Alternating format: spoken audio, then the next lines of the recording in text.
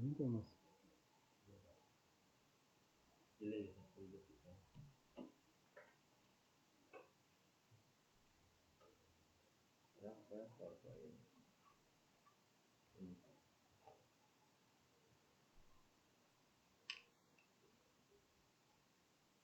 Belum tuh ya mas.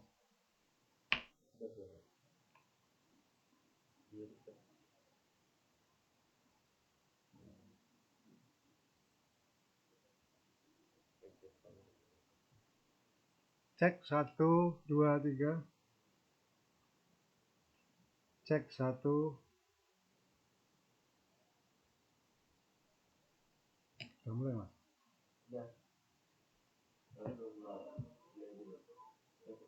Oh.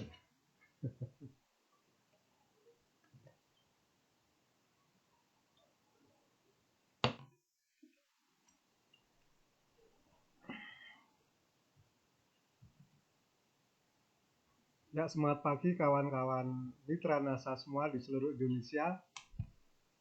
Ya, sudah 11 orang yang masuk mengikuti siaran langsung ini. Kita tunggu sebentar 1-2 menit agar kita segera bisa mulai, ya teman-teman sekalian.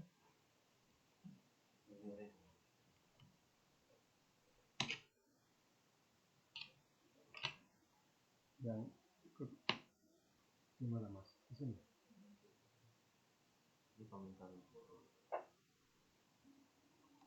Ya, Bu Marsi NASA dari Blitar, semangat pagi, assalamualaikum. Ya, sudah bergabung.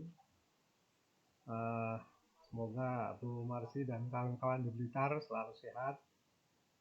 Bu Daryani juga semangat pagi, Bu.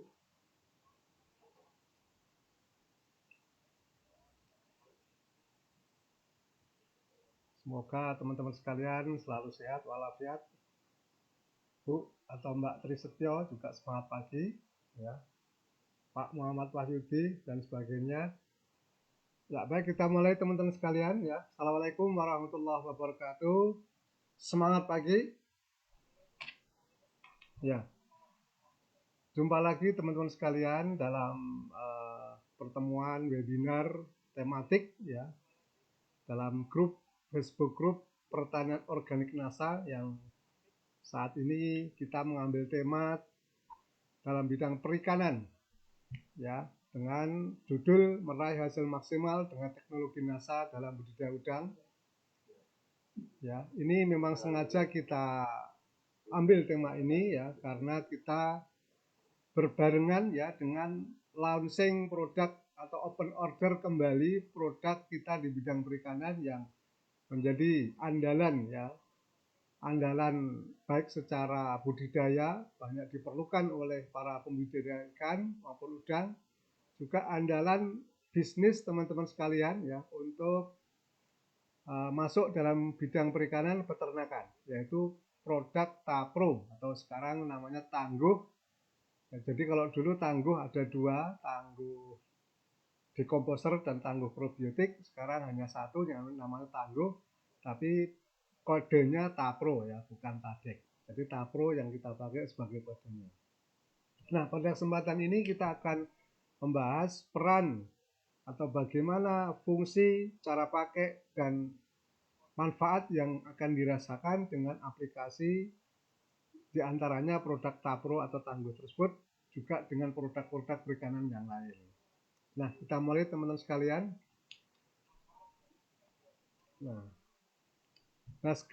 kita berbicara tentang potensi tambak udang dulu di Indonesia. Jadi Indonesia sebenarnya mempunyai potensi yang sangat besar sekali dalam hal budidaya tambak udang ini, karena kita punya sebagai negara kepulauan, ya, kita punya garis pantai yang terpanjang di dunia.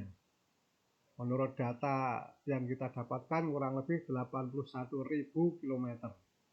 Ya, kita tahu bahwa kita punya banyak pulau-pulau, maka pulau-pulau tersebut mempunyai garis pantai masing-masing, dan apabila dijumlahkan, ini negara kita mempunyai garis pantai terpanjang di dunia di antara negara-negara lain di dunia, ya, yaitu 81.000 km, yang memang tidak semuanya bisa dijadikan tambak udang atau lahan tambak udang, tetapi paling tidak ini menjadi sebuah potensi ya bagi pengembangan tambak udang maupun perikanan yang lain. Tentunya ini juga merupakan sebuah peluang atau potensi bisnis produk kita ya di bidang perikanan bagi teman-teman sekalian ya. Kalau di Indonesia saat ini yang sudah berkembang atau menjadi kawasan pertambakan udang diantaranya adalah di pantai utara Pulau Jawa, mulai dari Banten, ya, Jawa Barat, Jawa Tengah, Jawa Timur. Kemudian pantai selatan sebagian Jawa Tengah di daerah Kebumen, Purworejo, Cilacap. Kemudian di daerah istimewa Yogyakarta, di Kulon Progo, di Bantul. Kemudian di daerah Jawa Timur bagian selatan ya, Trenggalek, ya Tulungagung, Blitar, sampai di Malang Selatan, sampai di daerah Banyuwangi juga ada daerah budidaya tambak udang. Kalau di luar Jawa ya di Lampung, di pantai timur Lampung, pantai barat Lampung, kemudian di Sumatera Utara, kemudian juga di Sulawesi Selatan, kemudian di Sulawesi Tenggara, di Sulawesi Barat, juga di Nusa Tenggara Barat ya di daerah Sumbawa. Ini juga berkembang potensi tambak udangnya di sana. Nah, ini adalah peluang bagi teman-teman sekalian untuk masuk dengan produk atau teknologi yang kita punya ke dalam bisnis, ke dalam pemasaran produk jasa ke budidaya udang tersebut, ya begitu.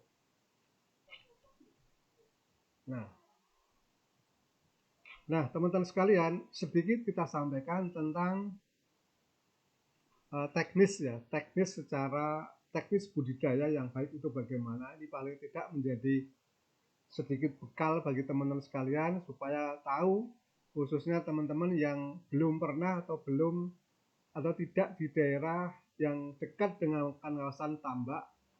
Ini sedikit banyak biar tahu ya, sedikit punya gambaran. Jadi kalau teman-teman lihat yang di slide ini adalah sebuah tambak udang. Nah, seperti ini ya, biasanya para pembudidaya tambak atau pembudidaya udang ini memelihara ikan tambak udangnya.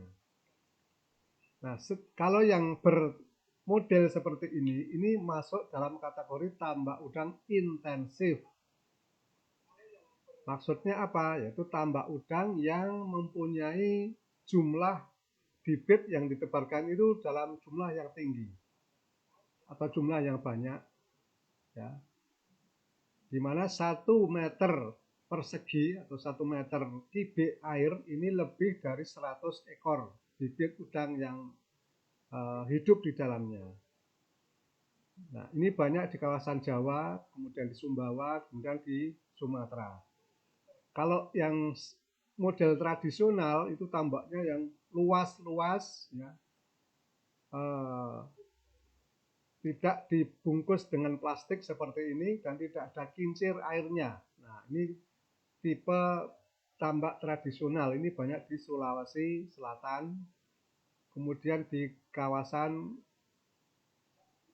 pantai di Kalimantan Utara, ya, di Tarakan dan sebagainya itu dengan sistem tradisional, ya, di mana jumlah kepadatan udangnya per 1 meter persegi ini kurang dari 10 ekor, bahkan mungkin hanya 1 ekor, ya, begitu. Nah, maka di dalam budidaya ini ada satu syarat utama yang diperlukan, yaitu infrastruktur yang telah dibuat itu harus mendekati kehidupan yang asli udang, kehidupan asli udang di laut, ya, karena kita tahu bahwa udang ini kan aslinya hidupnya di laut, ya, di laut bebas, sehingga kita harus menyediakan tempat bagi hidup udang itu di tambak kita harus sesuai dengan yang udang kehendaki, yaitu sama dengan ketika mereka hidup di alam bebas. Maka di situ harus tersedia dalam jumlah yang cukup kebutuhan, salah satunya kebutuhan oksigen atau udara untuk bernapas. Kemudian ketersediaan plankton atau pakan alami. Kemudian suhunya harus sesuai. derajat keasamannya atau pH-nya juga harus sesuai. Salinitas itu adalah kadar garam juga harus sesuai dengan kehidupan udangnya.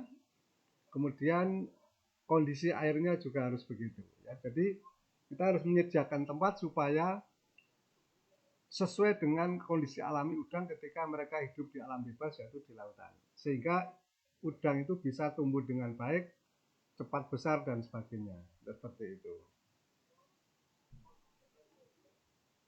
Nah, di dalam pemeliharaan budidaya udang ini diperlukan sebuah manajemen budidaya yang baik. Ya. Karena dalam kebanyakan di Indonesia dengan pola intensif, di mana 1 meter persegi atau 1 meter kubik air ini lebih dari 100 ekor udang, maka termasuk dalam kepadatan tebar yang tinggi. Otomatis dengan semakin banyaknya bibit yang ditebarkan atau yang dipelihara, ini memerlukan pakan yang semakin banyak. Ya. Di samping itu juga nanti akan tercipta atau dihasilkan limbah budidaya yang juga semakin banyak. Limbah budidaya itu adalah diantaranya berasal dari kotoran udang. Ya. Udangnya yang banyak, ketika kehidupan hidup di situ di dalam kolam, dia makan maka mengeluarkan kotoran. Ini akan menjadi sampah di dalam tambak kita. Ya. Kemudian juga dari udang-udang yang mati, kemudian dari pakan yang tidak termakan, ini juga akan menjadi bahan-bahan limbah di dalam tambak kita. Nah, ini semua harus diatasi agar tidak menjadi sesuatu yang merugikan. Dalam hal ini tidak terbentuk racun-racun hasil dari penguraian bahan-bahan organik tadi. Bahan organik itu ya gampangnya bahan yang berasal dari makhluk hidup ya. Dari pakan ini kan dibuat dari tumbuh-tumbuhan, dari jagung, dari kedelai, kemudian dari tepung ikan dan sebagainya ya. Semuanya kalau tidak termakan atau di alam akan membusuk. Nah, hasil pembusukan ini jangan sampai nantinya merugikan bagi udang yang kita pelihara. Nah, nanti bagaimana peran produk kita di dalam mengelola berbagai macam limbah yang terjadi di dalam proses budidaya itu kita jelaskan di situ. Karena produk kita itu fungsinya di situ nanti. Ya. Nah, teman-teman sekalian, secara garis besar, faktor-faktor yang mempengaruhi hasil budidaya udang atau ikan ataupun budidaya yang lain sebenarnya, ini dibedakan atau dikategorikan dalam 2 hal. Yang pertama adalah faktor lingkungan. Yang kedua faktor dari dalam ikan atau udangnya tersendiri. Ya. Di faktor lingkungan ada 2 komponen yang utama, yaitu faktor air dan faktor tanah. Sedangkan faktor yang kedua, yaitu dari dalam ikan atau udangnya sendiri, ini faktor bibit, faktor pakan, dan faktor penyakit. Ya, begitu. Itulah secara garis besar faktor-faktor yang mempengaruhi keberhasilan budidaya. Nah, karena adanya 2 faktor tadi yang mempengaruhi keberhasilan budidaya, maka PT NASA sebagai salah satu perusahaan yang sangat concern atau sangat memperhatikan dalam dunia agrokompleks pada umumnya, kita juga mengeluarkan teknologi untuk mengelola kedua hal tersebut. Ya. Produk atau teknologi kita untuk mengelola lingkungannya itu ada 2. Yang pertama adalah TON atau pupuk tambak organik Nusantara, disingkat TON. Yang kedua yang mulai besok sudah bisa diorder kembali, ini adalah pupuk hayati cair tangguh ya, atau TAPRO kodenya. Nah, ini makanya kita adakan webinar ini juga sebagai salah satu dalam rangka menyambut kehadiran kembali tangguh untuk bisa diorder kembali ya, begitu.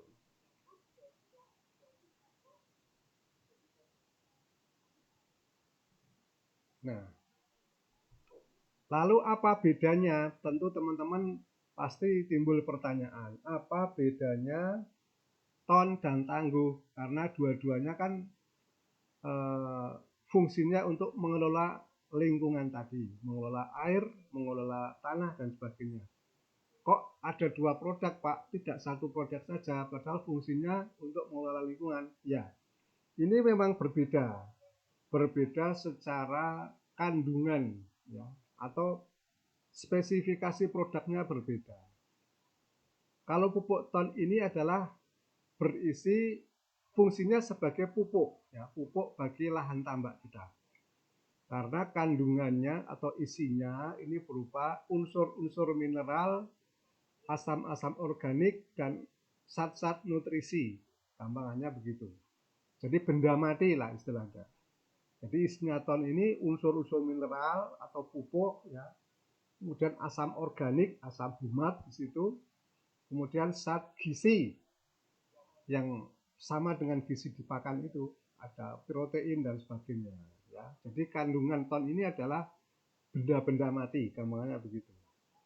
Nah, sedangkan tangguh probiotik ini namanya saja pupuk hayati. Hayat itu kan hidup.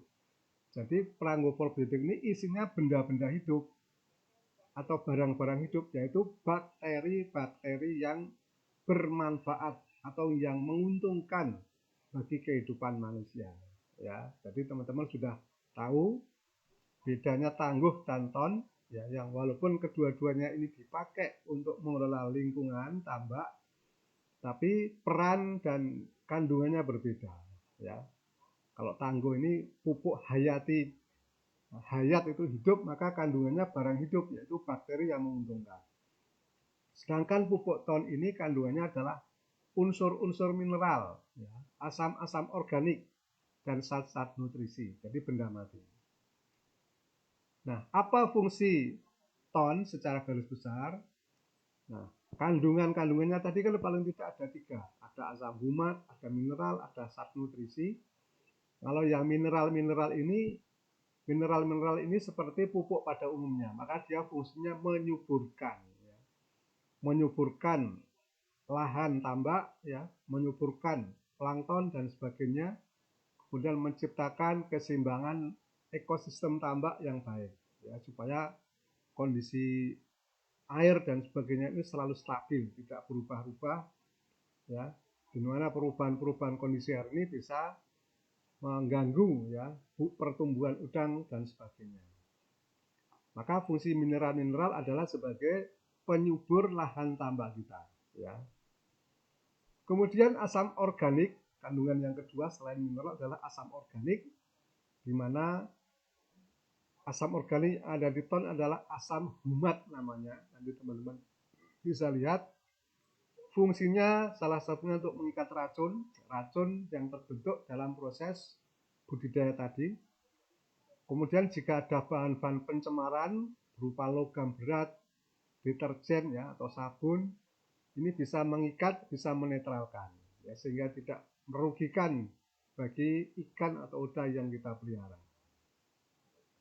Kemudian dalam penguraian kotoran udang, pakan yang tidak termakan tadi, dalam proses penguraiannya ini akan mengeluarkan racun-racun. Nah, maka fungsi ton ini, terutama asam humatnya, ini untuk menetralkan racun-racun tadi, ya, sehingga tidak sampai merugikan bagi ikan atau udang yang kita pelihara. Ya, ini, jadi teman-teman sudah tahu apa itu kandungan ton dan fungsinya. Ya. Nah, sekarang cara pakainya kan begitu, ya. Jadi teman-teman harus untuk sebuah produk ini kalian paling tidak teman-teman satu menguasai ini jenis produknya sebagai apa, ya, kandungannya apa, fungsinya apa, dan cara pakainya seperti apa. Nah, tadi ton sudah kita jelaskan kandungannya apa, cara pakai, fungsinya apa. Sekarang cara pakainya bagaimana. Nah, pemakaian ton ini dilakukan dalam 2 tahap. Yang pertama, tahap sebelum isi air, jadi kolam masih kosong. Setelah dipanen, ya, dari pemeliharaan sebelumnya panen, maka kolamnya kosong, belum ada airnya lagi, ini perlu diberi ton, khususnya di dasar-dasar tambak atau kolam. Jadi caranya ton ini dilarutkan dalam air, kemudian disiramkan secara merata di dasar kolam, tanah dasar kolam. Apalagi kalau di situ ada bagian-bagian yang tidak bisa kering, ya, yang di situ tempat lumpur masih berkumpul di situ, maka disitulah prioritas pemakaian ton dengan cara disiramkan tadi. Nah, lalu pasti ada timbul pertanyaan, Pak, kalau kolam ini kan tidak selalu dari tanah. Kalau tambak udang ini ada atau banyak dipakai mulsa plastik, ya, penuh utuh gitu. Jadi semuanya dilapisi plastik. Kalau untuk perikanan yang lain, misalnya lele atau nila dan sebagainya, kolamnya di kolam dari beton, dari tembok. Nah, itu apakah perlu dipakai seperti ini? Nah, maka kalau tambak-tambak atau kolam yang bukan dari tanah, tanah asli maksudnya, maka tidak perlu, ya. Tambak yang ditutup plastik, maka tidak perlu dipakai ini karena tidak ada gunanya ketika dipakai di plastik, ya. Ini hanya di pemakaian sebelum isi air atau pada waktu tambak masih kosong, ini hanya dilakukan pada tambak dari tanah yang tidak ditutupi apa-apa, tidak disemen dan sebagainya, ya. Kalau pinggirnya misalnya di semen, di tembok nggak apa-apa, tetap perlu karena di dasarnya masih berupa tanah, ya. Tapi kalau full semen, full plastik, ini tidak perlu. Karena memang mayoritas tambak di Indonesia ini memang digunakan plastik, ya, tebal itu untuk melapisi tambaknya, ya. Sedangkan kalau di daerah Probolinggo, Situbondo sana itu banyak tambak dari semen, dari kolam. Maka tidak perlu dipakai ton pada saat pengeringan seperti ini, ya. Itu. Kalau pada tambak tanah, tambak tradisional khususnya kayak di Sulawesi, di Kalimantan Utara ini perlu, ya. Kemudian di Jawa, daerah di Jawa Tengah bagian Pati, Jepara ini juga banyak tambak tradisional, di Gresik juga banyak.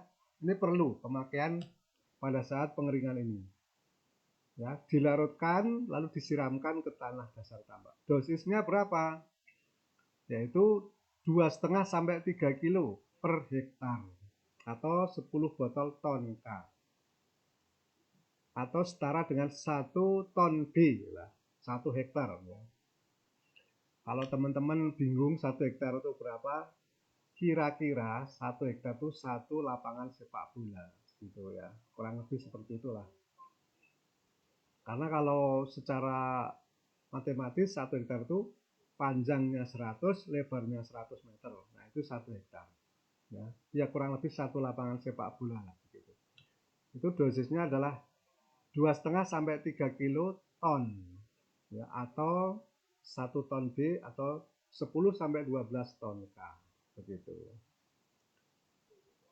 Fungsinya untuk apa? Nah, kita tahu bahwa di dalam lumpur-lumpur yang masih tertinggal di dalam di dasar tambak tersebut, ini sebagai tempat timbunan racun-racun, ya, hasil penguraian bahan organik dari budidaya sebelumnya, ya. Maka ini harus dinetralkan racun-racun tadi. Maka peran dari asam humat tadi yang ada di dalam ton inilah untuk menetralkan racun-racun sisa budidaya sebelumnya tadi. Racunnya itu dalam bentuk apa? Kalau secara kimia namanya senyawa, ya. Senyawa itu atau zat gitu. Itu namanya senyawa atau racun amonia. Yang kedua hidrogen sulfida namanya. Itu nama kimia, ya. Nah, itu perlu dinetralkan oleh peran dari ton tadi, yaitu asam humat yang ada di dalam ton. Kemudian yang kedua untuk memberikan unsur hara yang diperlukan untuk budidaya berikutnya. Nah, kalau ini yang kedua fungsinya sebagai penyubur atau fungsi dari kandungan mineral-mineralnya, yaitu untuk memupuk tambak yang kesuburan dari tambak tadi diperlukan bagi pemeliharaan edisi berikutnya, ya, begitu. Nah, ini adalah manfaat pemakaian ton di awal budidaya, khususnya di tambak tanah. Ya, teman-teman sudah tahu ya, gitu. Nah, kemudian pemakaian selanjutnya apa? Setelah isi kolamnya kita isi dengan air, untuk persiapan budidaya berikutnya, ataupun selama pemeliharaan udang berikutnya, maka ini perlu diberi ton juga. Karena air ini makin lama makin menurun kualitasnya dalam selama proses budidaya berlangsung. Pada saat awal airnya masih bagus, masih seger dari laut, ya. Tapi karena di situ ada udang yang banyak jumlahnya, udang ini mengeluarkan kotoran, kemudian tiap hari diberi makan, dan secara teknis tidak bisa semuanya pakan yang diberikan itu dimakan oleh udang, maka sisa pakan yang tidak termakan tadi juga akan mengalami pembusukan. Kemudian juga ada udang-udang yang mati, itu juga menjadi bahan pembusuk di situ. Nah, lama-lama kualitas air tambak itu akan menurun, ya, karena semakin banyak timbunan racun-racun yang terjadi. Maka kita harus menjaga supaya racun tadi bisa kita netralkan sehingga kualitas air tetap terjaga. Nah, maka pemakaian ton juga harus dilakukan selama proses budidaya berlangsung. Nah, kita mulai pemakaiannya pada umur 15 hari, ya, dan diulang kembali maksimal ini 15 sampai 20 hari kemudian. Jadi setiap 15 atau 20 hari kita perlu memberikan pupuk ton. Ya. Dosisnya berapa? Kalau ini untuk 1 hektarnya adalah 1 sampai 2 kg saja. Atau sepertiga ton B atau 4 botol ton K. Ya, untuk 1 hektar setiap 15 hari sekali. Kalau misalnya setiap minggu bagaimana Pak Hakim? Apakah boleh?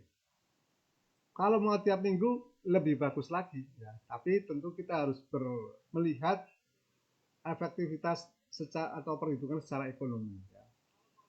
Dosis yang kita anjurkan ini dosis yang sudah banyak dipakai oleh petambak kita, karena pupuk ton ini sudah ada sejak tahun 2005 yang lalu. Sudah ada sejak NASA berdiri.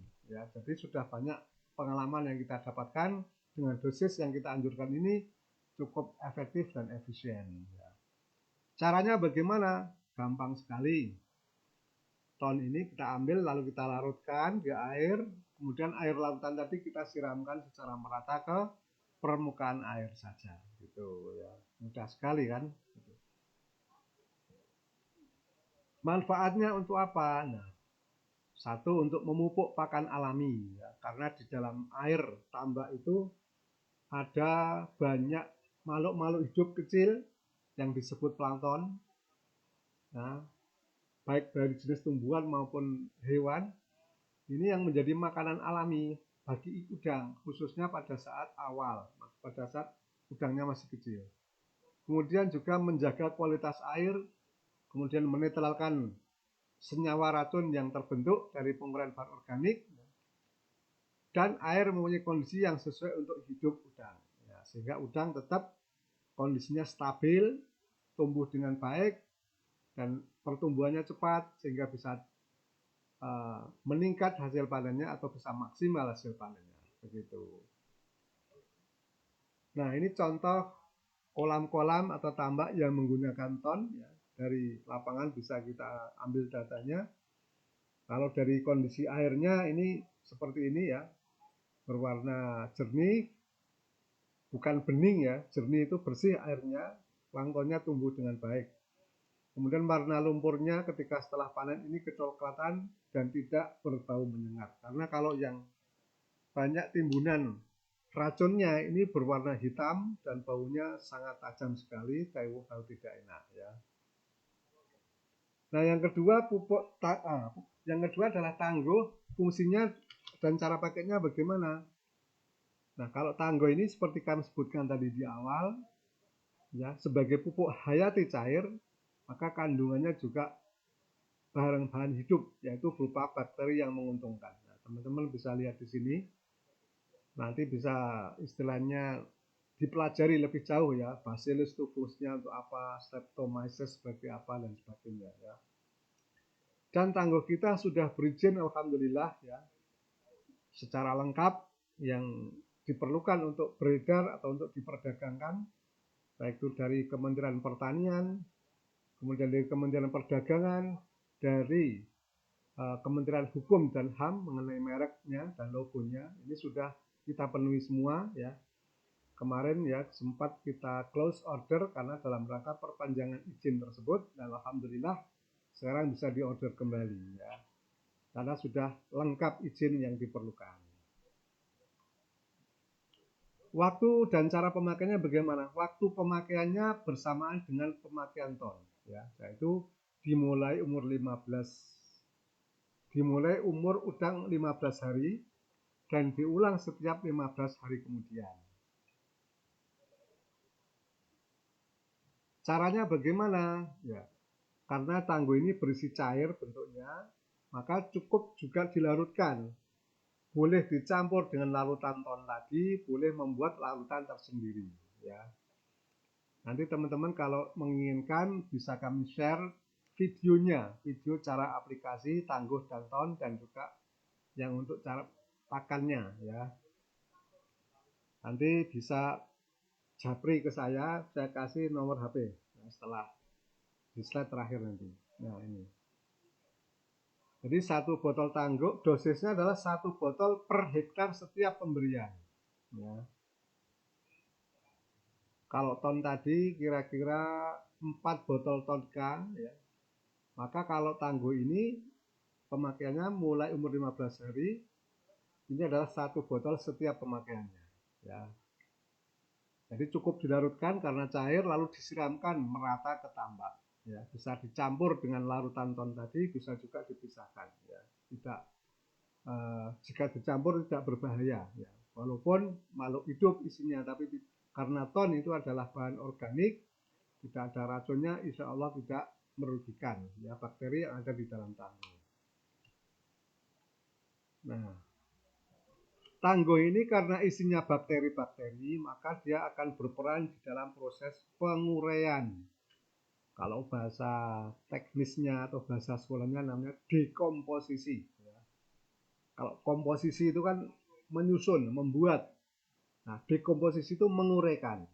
Apa yang diuraikan khususnya adalah sisa pakan dan kotoran udang yang ada di tambak. Ya. Penguraian tadi ini dilakukan oleh bakteri-bakteri yang menguntungkan, yang sebenarnya di alam itu sudah ada. Nah, supaya penguraian tadi lebih maksimal lagi, lebih sempurna lagi, maka jumlah bakteri yang ada di alam itu kita tambahkan dari luar. Ya. Mungkin kalau di alam, proses alamnya itu berjalan dengan lancar. Karena luasnya, karena tempatnya yang luas.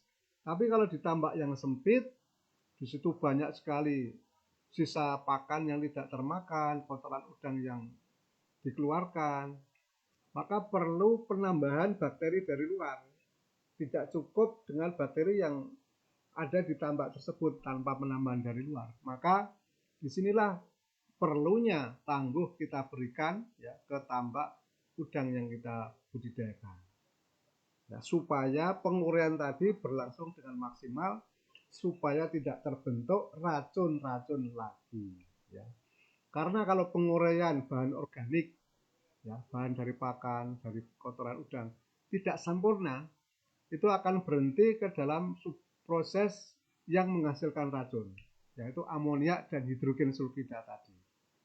Maka penguraian itu harus dilakukan sampai ke bahan yang tidak beracun yang nanti akan menguap ke udara atau akan menjadi hilang.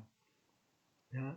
Nah, proses penguraian yang sempurna tadi diperlukanlah jumlah bakteri yang cukup, maka kita tambahkan bakteri itu melalui produk tangguh ini. Gitu. Ya. Nah, ini dia penguraian yang sempurna dari bahan organik. Ini akan mengurangi produksi senyawa beracun dan juga menetralkan racun berupa hidrogen sulfida dan nitrit tadi. Ya. nitrit dan amonia. Inilah zat-zat yang beracun. Ya. Supaya tidak beracun harus diproses ke bentuk berikutnya, yaitu nitrat. Nah, nitrat ini nanti akan diserap oleh plankton untuk dikonsumsi, ya, menjadi bahan penyusun tubuh dari plankton sebagai makanan alami bagi udang. Ya, gitu. Kalau terhenti proses penguraiannya dalam bentuk H2S atau hidrogen sulfida dan nitrit, maka yang terjadi adalah akan mengganggu kehidupan udang. Udang menjadi stres, nafsu makan penurun, ya. Kemudian juga bisa menimbulkan kematian, seperti itu yang terjadi. Ya. Maka inilah fungsi penting daripada tangguh, yaitu untuk menguraikan bahan organik secara sempurna, begitu. Kemudian juga di alam ini ada bakteri yang merugikan, maka harus kita tambahkan tangguh sebagai bakteri yang menguntungkan agar terjadi apa? Kompetisi. Ya. Kompetisi itu persaingan. Karena di dalam kehidupan dunia bakteri ini ada prinsip bahwa siapa yang jumlahnya lebih banyak itu akan mengalahkan yang lebih sedikit. Nah, di alam ini jumlah bakteri yang merugikan ini juga sudah banyak sekali. Maka untuk membunuh bakteri yang merugikan tadi harus kita lawan dengan bakteri yang menguntungkan. Nah, maka perlu ditambahkan bakteri yang menguntungkan tadi ke tambak kita dengan pemberian tangguh. Ya, karena tangguh adalah berisi atau kandungannya adalah bakteri-bakteri yang menguntungkan. Nah, jadi ada persaingan di situ antara bakteri yang menguntungkan dan merugikan. Nah, kita tambahkan tangguh supaya populasi atau jumlah bakteri yang menguntungkan itu lebih banyak dari yang merugikan, sehingga nanti bakteri yang merugikan ini akan ditekan kehidupannya, ya, gampangnya akan dikalahkan seperti itu, sehingga tidak akan merugikan bagi udang yang dibudidayakan, seperti itu. Kemudian teman-teman sekalian, ternyata tangguh ini juga tidak hanya bisa dipakai disiramkan di kolam saja, atau tidak hanya berfungsi untuk mengelola lingkungan saja, tetapi bakteri-bakteri yang ada di tangguh pupuk hayati cair ini juga bermanfaat jika masuk ke dalam tubuh udang yang kita budidayakan. Apa peranannya?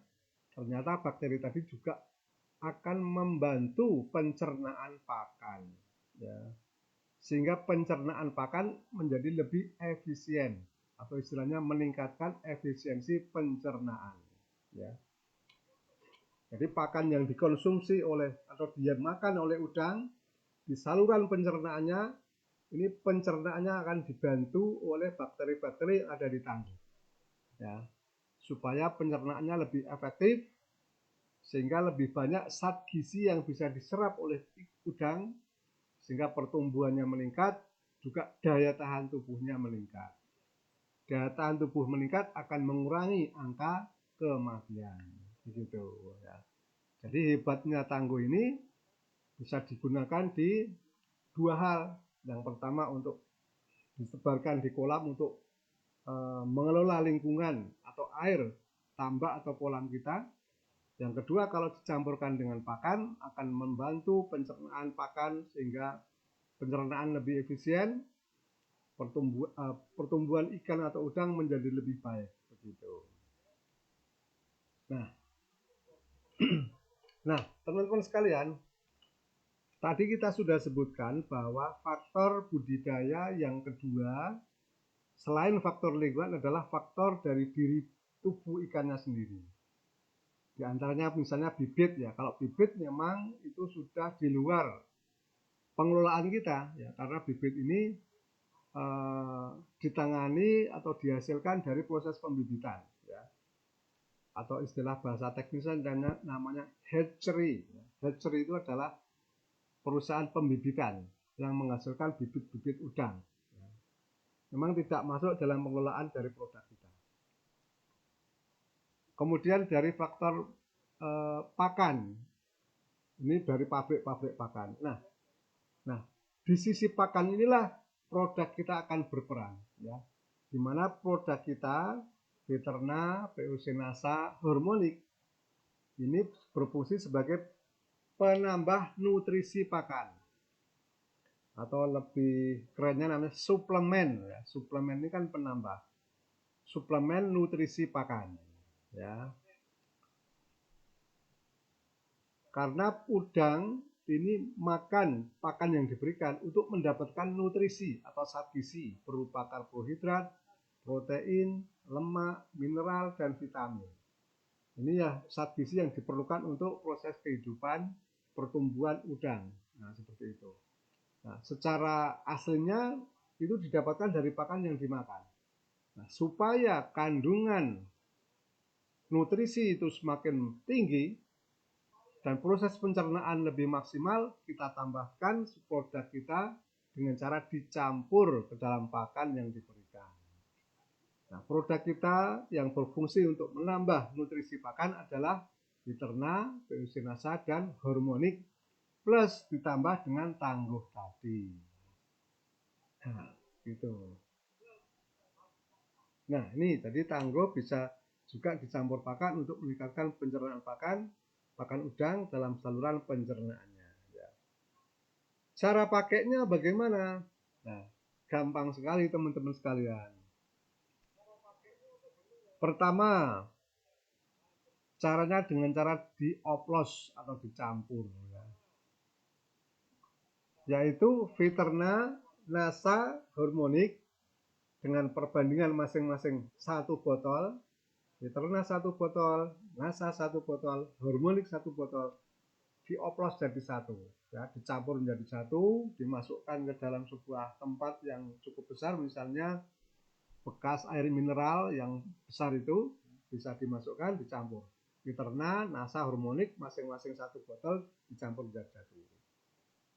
Nah, kemudian sedangkan tangguh nanti dipisahkan, tidak dicampur, tidak dioplos, ya. Nah, kapan pengoplosannya? Nanti setelah pada saat mau dicampur dengan pakan. Nah, kemudian cara pemberiannya adalah ambil 1 tutup botol oplosan ketiga produk tadi, ditaruh di sebuah tempat, baru kemudian ditambah 1 tutup botol tangguh, ya. Jadi 1 tutup botol oplosan 3 produk plus 1 tutup botol tangguh dicampur menjadi 1. Baru kemudian ditambah dengan air secukupnya. Kenapa kok harus dicampur dengan air? Supaya bisa dicampurkan pakan dalam jumlah yang cukup banyak. Karena dosis anjuran kita adalah 1 tutup botol oplosan tadi plus 1 tutup botol tangguh. Ini dicampurkan hingga 5-10 kg pakan. Misalnya 7, 8, 6, 9 juga boleh, ya, begitu. Ya. Maka supaya bisa dicampurkan ke dalam sejumlah pakan tersebut harus ditambah volumenya. Nah, dengan penambahan air tadi. Tapi airnya tidak mengikat berapa, apa 1 liter atau berapa itu. Tapi memang tidak boleh terlalu basah sehingga pakannya hancur, ya. Cukup basah saja. Maka rata-rata itu adalah 1 sampai 1 liter lah rata-rata begitu, ya. Nah, jadi dicampurkan ini fungsinya supaya tangguh dan oplosan ketiga produk tadi ini masuk, diserap oleh pakan. Karena pakan ini kan sifatnya menyerap air. Nah, karena produk kita itu berupa cairan, maka dia akan terserap oleh pakan. Nanti kita berikan ke udang, akan dimakan oleh udang. Nah, maka produk kita akan masuk ke dalam tubuh udang. Begitu, ya. Jadi kenapa kok harus dicampur pakan? Pakan ini yang dimaksud adalah pakan pabrik, pakan pelet. Pakan yang dikemas dalam karung-karung itu, ya. Nanti kalau teman-teman masih awam dalam hal ini, bisa melihat di Google pakan udang. Nah, nanti akan keluar gambar karung, gambar butiran-butirannya, seperti itu pakannya. Sebenarnya sama dengan pakan ikan yang lain ya, hanya komposisi atau kandungannya yang berbeda. Tapi bentuknya sama seperti itu. Maka produk kita itu perlu dicampur supaya bisa terserap dan bisa masuk ke dalam tubuh udang. Nah, tuh. Nah, jadi ini ya teman-teman sekalian, cara pakainya seperti ini. Nah, ini adalah ilustrasinya atau gambarannya. Jadi setelah satu tutup botol oplosan plus atau ditambah satu tutup botol tangguh, maka ditambah dengan air kurang lebih 1 gayung atau 1 liter tersebut seperti di gambar ini. Nah, kemudian setelah tercampur merata, pada waktu mau memberi pakan bisa dicampurkan dengan pakan pelet. Setelah tercampur, dianjurkan dibiarkan dulu ya kurang lebih 15 atau 10 menit baru kemudian diberikan. Kalau misalnya pakannya masih sedikit, bagaimana Pak? Berarti kan sisa ini larutan tangguh plus ketiga produk tadi. Tidak apa-apa ya. Larutan itu asal tertutup, tidak terkontaminasi dari luar, ditempatkan pada tempat yang baik, bisa dicampurkan untuk pemberian pakan berikutnya. Jadi sisa tidak apa-apa ya. Kalau pakannya misalnya 20 kilo bagaimana ya, dosisnya tadi 2 kalinya. Seperti itu ya. Jadi mudah sekali.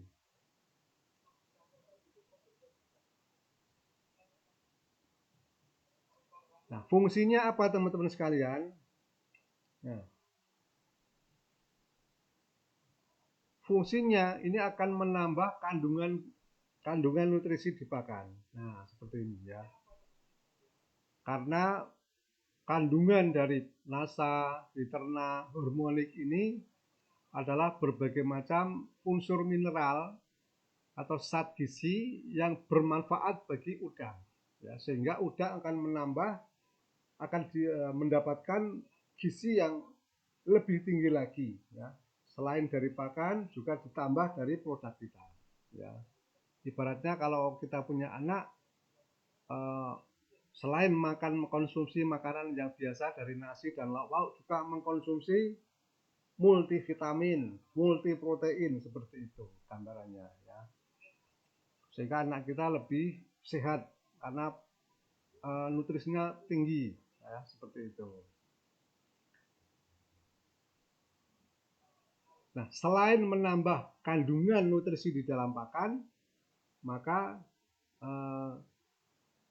fungsinya yang kedua adalah meningkatkan pencernaan ya, sehingga karena pakan ini ternyata zat gizi yang ada di pakan ini tidak semuanya bisa terserap oleh usus udang yang kita pelihara.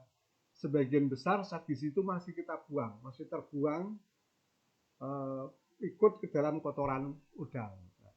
Alhamdulillah dengan penambahan produk kita, pencampuran produk kita dengan pakan, maka zat gizi yang ada di pakan ini meningkat, yang jumlah zat gizi yang ada di pakan ini akan meningkat yang bisa diserap. Ya, sehingga yang terbuang ini menjadi lebih sedikit. Nah, seperti itu.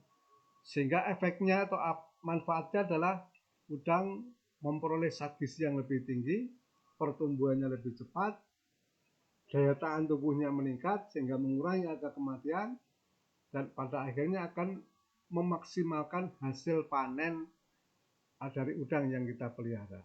Ya begitu. Dan alhamdulillah teman-teman sekalian, banyak sekali petambak-petambak yang sudah merasakan manfaat pemakaian produk kita ini, baik dari ton maupun dari tangguh maupun dengan penambahan gizi dari Viterna, Biosinasa dan Huronic plus tangguh probiotik juga dipakai ya. Para petambak di Sumeneb ya, kemarin kita beberapa waktu lalu kita ke sana, ini sangat menunggu sekali Pak kapan tangguhnya bisa diorder kembali ya. Teman-teman petambak di ex tambaknya PT CPB di Lampung juga kami mendapat info sangat menunggu kedatangan Tapro ini ya, karena sudah banyak teman-teman petambak yang merasakan manfaat dari Tapro dikombinasikan dengan produk-produk yang lain ya. Maka sekali lagi kami sampaikan Ini juga sebagai peluang bagi teman-teman sekalian untuk memasarkan produk perikanan kita ya di budidaya udang, karena sifat budidaya udang ini adalah intensif, yang di situ sudah sangat memperhatikan faktor produksi, perhitungan faktor produksi. Nah, tadi teman-teman bisa tunjukkan bahwa memang ada penambahan biaya produksi dengan pembelian produk kita, tapi manfaat yang akan dirasakan insya Allah lebih tinggi dari penambahan biaya produksi tersebut. Dimana artinya hasil panen yang peningkatan hasil panen dengan penambahan dengan penggunaan produk kita ini hasilnya lebih tinggi dari biaya untuk membeli produk-produk kita ya, seperti itu, sehingga petambak meningkat keuntungannya ya, tidak malah merugi ya, tapi insya Allah meningkat keuntungannya begitu. Nah, sebentar.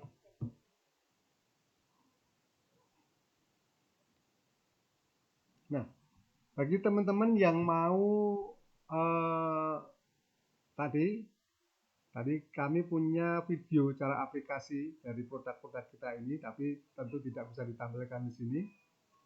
Nanti bagi teman-teman yang ingin mendapatkan itu bisa kami kirimkan lewat WhatsApp ya.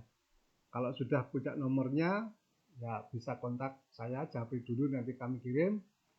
Bagi teman-teman yang belum punya bisa dicatat di nomor HP atau pakai pulpen sekarang ya, nomor HP saya sebagai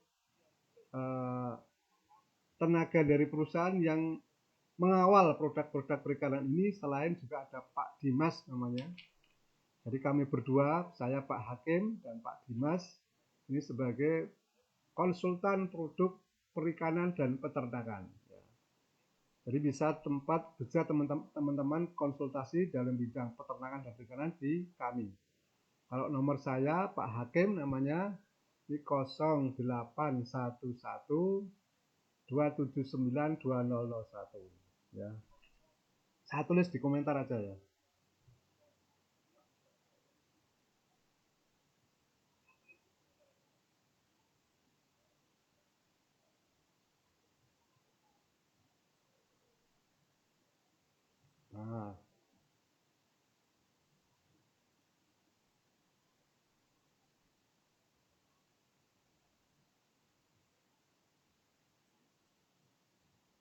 Nah, sudah tak tulis di kolom komentar nomor saya.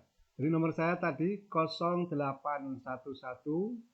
279 2001. Kalau Pak Dimas ya 0811 279 2004. Jadi bedanya yang angka terakhirnya saja. Kalau saya 1, kalau Pak Dimas 4 ya gitu.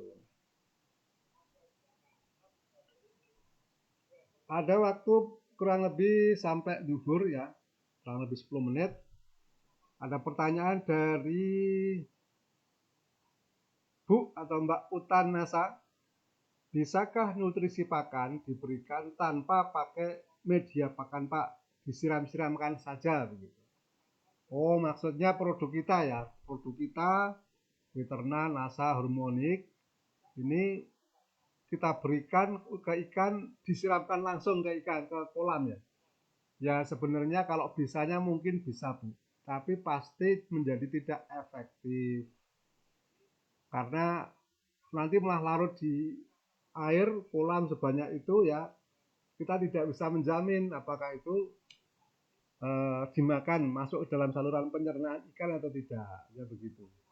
Jadi maksudnya kita campur dengan pakan pelet, pakan dari pabrik ini supaya benar-benar bisa dimakan sehingga bisa masuk. Memang ada pertanyaan Pak, kalau pemeliharaan udangnya di tambak tradisional seperti di Sulawesi Selatan, di Kalimantan Utara, atau di daerah Pati, Gresik, itu memang ada juga yang tidak diberi pakan, hanya mengandalkan pakan alami. Nah, cara pakainya bagaimana? Ya, memang ada agak sedikit karena kita tidak ada medianya untuk mencampur tadi, ya gitu.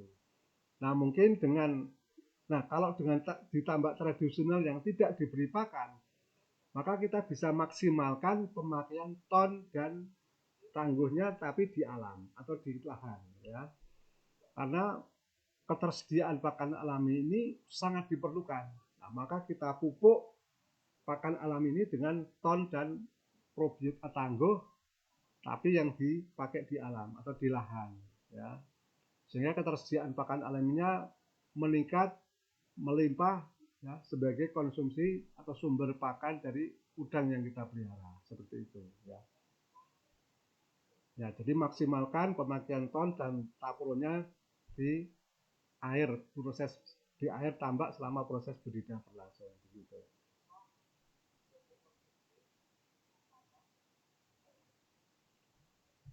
Nah, Bu atau Mbak Suciani Nasa, bagaimana cara mencampurkan produk kita yang cair dengan pakan yang berbentuk sentrat? Nah, nanti videonya ada Mbak. Ya, memang kalau seperti ini tidak, sebenarnya seperti ini. Nah, seperti ini loh, Mbak Suciani. Nah, jadi larutan yang ada di ciduk itu, yang di tangan kiri bapaknya itu, dengan dicampur, diaduk-aduk secara merata, itu nanti akan tercampur secara merata. Bu Siti Ziani, apakah tonka dan tapro bisa mengatasi air tambak yang berwarna kehitaman?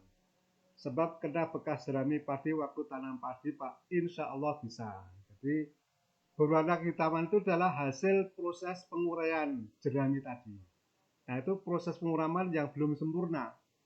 Maka supaya lebih sempurna kita pakai ton ya, atau kita pakai tapro khususnya, karena tapro ini juga bisa berperan sebagai bakteri dekomposer atau pengurai. Nah, jadi intinya bisa.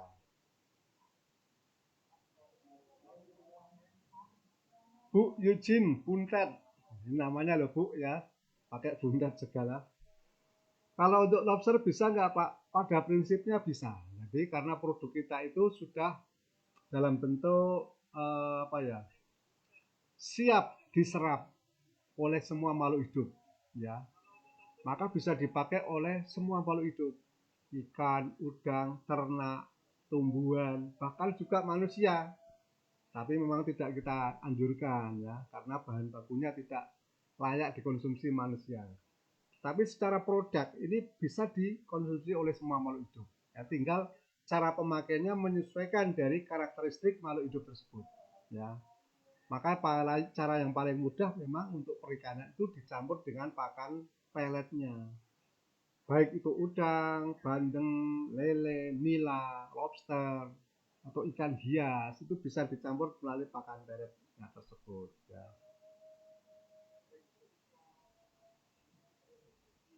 Nah, teman-teman sekalian, saya pikir cukup sekian apa yang bisa kita sampaikan ya. Nanti teman-teman bisa melihat kembali presentasinya dari grup Facebook grup ini kan bisa diulang-ulang. Kalau ada yang perlu ditanyakan secara lebih intensif bisa melalui nomor HP saya tadi yang sudah kami sebutkan. Khususnya bagi teman-teman yang pengen dapat videonya, cara pakainya supaya bisa dipelajari secara berulang-ulang, bisa menjadi bahan teman-teman untuk memasarkan produk kita di bidang perikanan ke tambak maupun ke para pembudidaya ikan yang lain ya, karena di sini juga banyak, di sini juga ada potensi yang sangat besar dari produk kita, ton, tangguh probiotik, beternak, nasa hormonik untuk kita pasarkan di dunia perikanan ya. Jadi produk perikanan di Indonesia dengan potensi yang sangat besar ini juga menjadi peluang bagi pemasaran, peluang bisnis produk kita di situ ya.